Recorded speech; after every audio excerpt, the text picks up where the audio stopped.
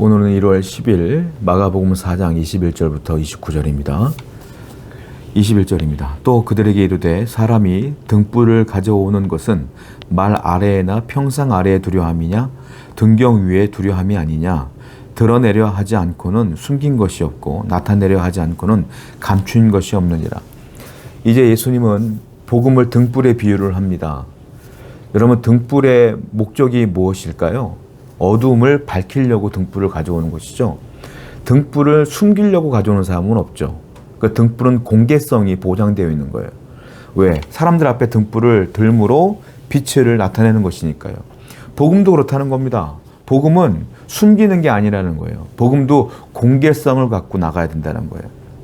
왜? 복음은 빛이기 때문에, 어둠을 밝히는 빛이기 때문에 이 복음을 사람들 앞에 내놓아야 된다라고 말씀하시는 거예요. 그러면 이 복음을 바라볼 수 있도록 만드는 자가 누구냐? 이 복음을 들을 수 있도록 만드는 자가 누구냐? 누군가가 이 복음을 전해야지 들을 거 아니에요. 즉, 복음 전파자가 필요하다. 바로 우리가 그런 복음을 전하는 전파자가 되어야 되지 않겠느냐 이 말이에요. 복음은 나 혼자 믿고 나 혼자 따르는 게 아니라 이 복음은 내가 듣고 믿었으면 또 다른 이들에게 복음을 전해야 되는 것이 복음이다라고 말씀하시는 거예요. 성도 여러분, 우리 주위에 복음을 증거할 수 있는 자가 누가 있겠어요? 바로 여러분뿐이 없는 거예요. 여러분이 먼저 믿었으니까 여러분들이 증거해야죠. 복음을 증거하는 여러분 되길 바랍니다.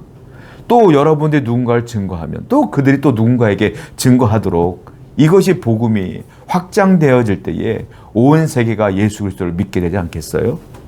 이 사명을 우리가 잘 감당해야 될 줄로 믿습니다. 23절이에요. 들을 귀 있는 자는 들으라. 유명한 말이에요. 들을 귀 있는 자는 들으라. 이 말은 예수님께서 사람들을 비난하는 목적으로 쓴 게 아니라 격려의 목적으로 쓰신 겁니다. 들을 귀 있는 자는 들으라. 무슨 말이에요? 잘 들어라 이 말이에요. 내가 지금 한 말을 잘 들었으면 좋겠다. 잘 들어라. 이런 뜻으로 말씀하신 거예요. 잘 들어야 됩니다. 여러분, 우리가 하나님 말씀을 잘 들으면 복이 돼요. 잘못 들으면 문제가 돼요. 그러니까 말씀을 잘 듣는 것이 은혜예요. 말씀을 잘 들어야지 왜곡하지 않아요. 말씀을 잘 들어야 하나님 뜻대로 축복을 받으며 살 수가 있어요. 오늘도 말씀을 잘 듣는 여러분 되기를 축원드립니다. 24절이에요. 또 이르시되 너희가 무엇을 듣는가 스스로 삼가라. 너희의 헤아리는 그 헤아림으로 너희가 헤아림을 받을 것이며 더 받으리라. 여기 보면 너희가 무엇을 듣는가 스스로 삼가라 이렇게 표현하고 있어요. 스스로 삼가라는 말은 무슨 말이냐면 잘 새겨들어라 이 말이에요. 앞에는 들을 귀 있는 자는 들어라. 두 번째는 새겨들어라 이 말이에요. 하나님 말씀을 잘 새겨들으면 우리가 잘 새겨든다는 게 뭡니까?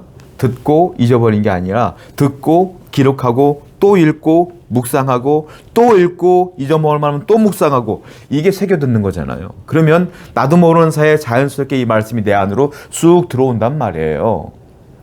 여러분, 중요한 게 있는데 우리가 하나님 말씀을 잘 새겨들으면 새겨들을수록 어떤 일이 벌어지냐면 하나님 말씀을 잘 받는 자는 더 많은 것들을 주시는 것이 하나님의 축복의 원리야.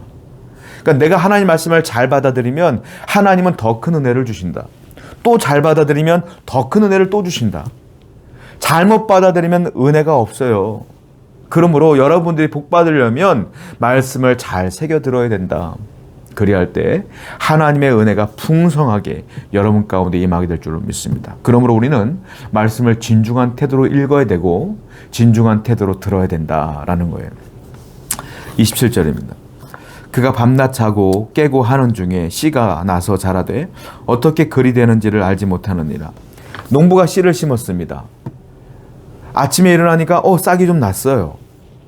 잘 자라고 있구나 생각하겠죠. 그런데 싹이 날 때까지의 과정을 우리가 본 적이 있나요? 어떻게 알아요?